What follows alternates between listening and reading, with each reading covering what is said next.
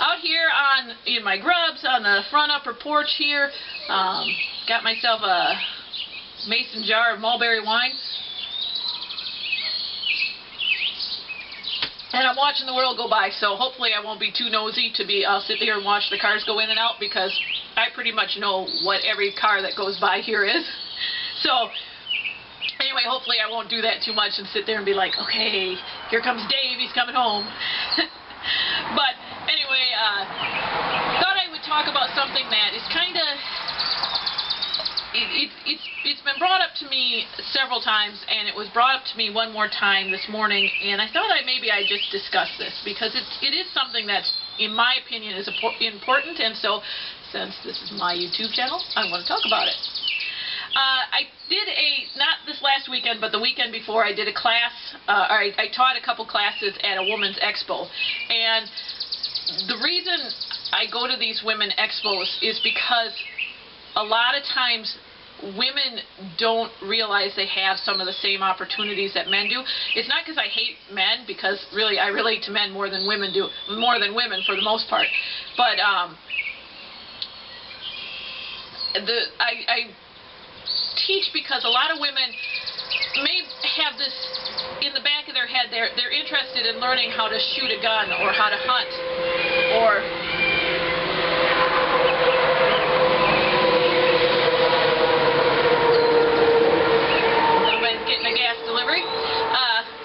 how to shoot a bow and arrow, archery skills. They may be interested in learning some of the more primitive skills, but they're uncomfortable in going and learning it from a man. And by showing women that they can go hunting, or they can go fishing, or they can shoot a gun just as easily as a man can, it opens them up to new opportunities, but it also opens up all gun owners, because the more people who have learned how to respect guns talk about that and share that respect, the better off we all are. All gun owners are. If you don't agree with gun ownership, I understand. But if a lot of times the reason people don't like guns is because they were taught fear. And if we can get people to experience these new things, a lot of times they get over that fear, and then that's better for all of us, because fear is what controls us all the time. So,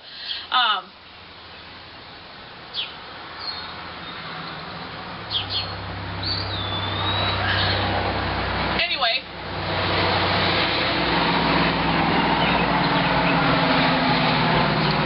sorry, still watching the neighbors. So I taught classes. I taught an archery class, and I taught 2 foraging classes, one which was in the kitchen, and then one which we went out for a nature walk and looked at the plants that we were foraging. And anyway, this morning I got a call from a woman from a newspaper, and she asked if she could do an interview, over the phone interview with me, and I said, oh yeah, sure, what the heck, it's good for the school. So we talked, and one of the questions she asked me is the point of this video. I'm actually getting to it now, but the point of this, she asked, don't you worry that by teaching people how to forage for wild edibles and wild medicinals, you will make them over-harvest and destroy the plant? And I always, that question always freaks me out, and I said, what makes you think they won't destroy it anyway? Here's the problem. People need to have a connection to something to find it to be important. And we only save things that we find to be important. If we don't like something, if we don't feel a connection, if we don't feel an importance to something, we don't save it. It's like, if you look at people who want to go out and save the wolves, there are just tons and tons of people that want to go out and save the wolves. But you have an endangered frog, and yeah, it's how many people are saving it, and there's like this handful of 10 people that are saving it. Because frogs don't have that importance to us that a big apex predator does. So we have to show people importance. And the best way to do that is to give them an actual connection to it. Not a vague sense of connection, like, these plants are great, look at them, they're great. but actually have them work with the plant and actually have them, and I believe the same about hunting and fishing too, and I'll get to that in just a minute, but actually work with the plant and create something with the energy of the plant that also is good for you. And once you realize the importance of this plant and that you can use this plant to help you in your day-to-day life, whether it's survival or feeling better or looking pretty, once you realize the importance of it, you will protect that plant because it's important.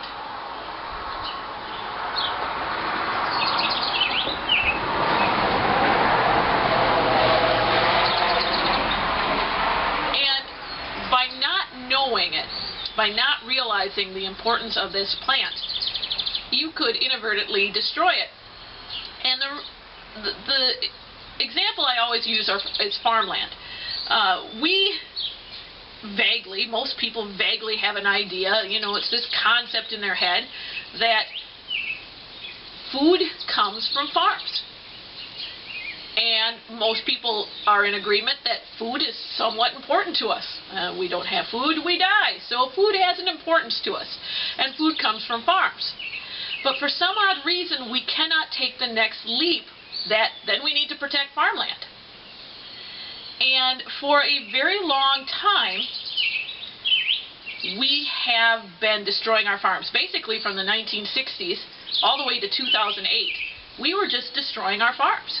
We would, instead of rebuilding our communities in the cities, people would say, they'd throw up their hands. Instead of working for something, they'd throw up their hands, run away from the cities, and move out to the suburbs. And suburbs were nothing more than old farms that had been destroyed and houses put on it. No crops grow there. It's just houses. Meanwhile, the inner cities have been abandoned by anybody who might have been able to help, and it's left to the gangs and the controlling people, the people who are going to control the rest of the people who don't have the means to get out. And then we get all shocked when suddenly crime comes out of the inner city. Well, yeah, because we abandoned them. We left them and we said, screw it, we're going to run away from the city. Instead of staying and doing what was right, which Americans used to do. We used to fight for what was right. Now we just run away from it.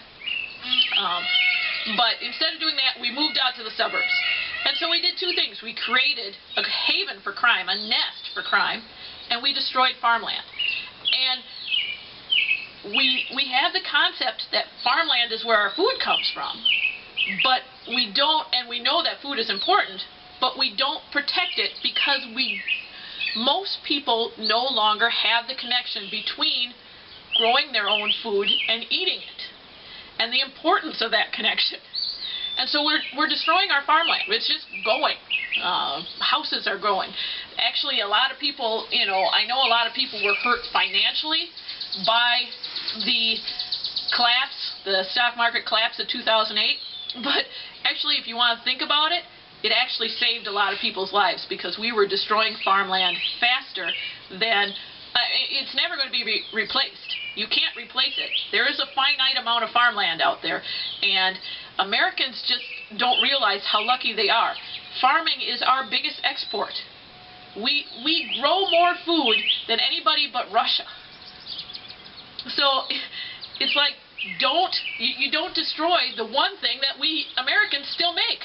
Americans don't make anything anymore, except we grow food, and yet we're putting houses where we grow our food. Because we don't have the connection anymore, because we don't have our hands in the dirt, because we don't understand that this is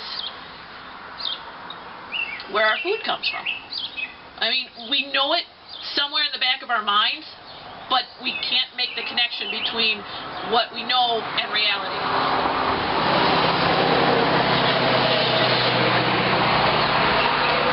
Somebody's getting some lumber delivered.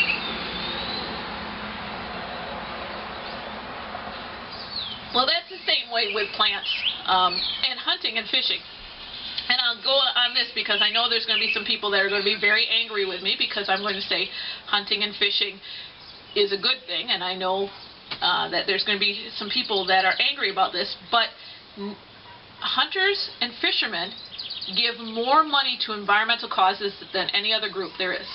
If we don't have hunters and fishermen, we lose all of our we lose a good chunk of our wildlands.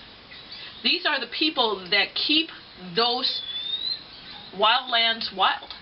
And they know it, because if I'm going to be a fisherman and I want to stand out in the middle of a wild creek with my waders on and do my casting, or I want to sit on the banks of a lake or in a boat on a lake, I need to keep that lake clean, because else those fish are going to be not safe to eat. They're going to be toxic,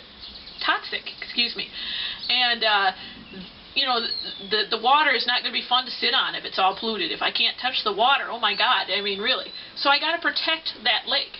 So I put money in to protect the things that I find important, which is fishing. Hunters the same way. If you want to hunt any animal, that animal needs a habitat to live in. So let's pick the white-tailed deer, because that's the big one here in Wisconsin. Say you hunt white-tailed deer. You have to protect a large area habitat for it. Well, when you protect that habitat, you're also protecting everything else that lives in it. Big truck. What's coming now?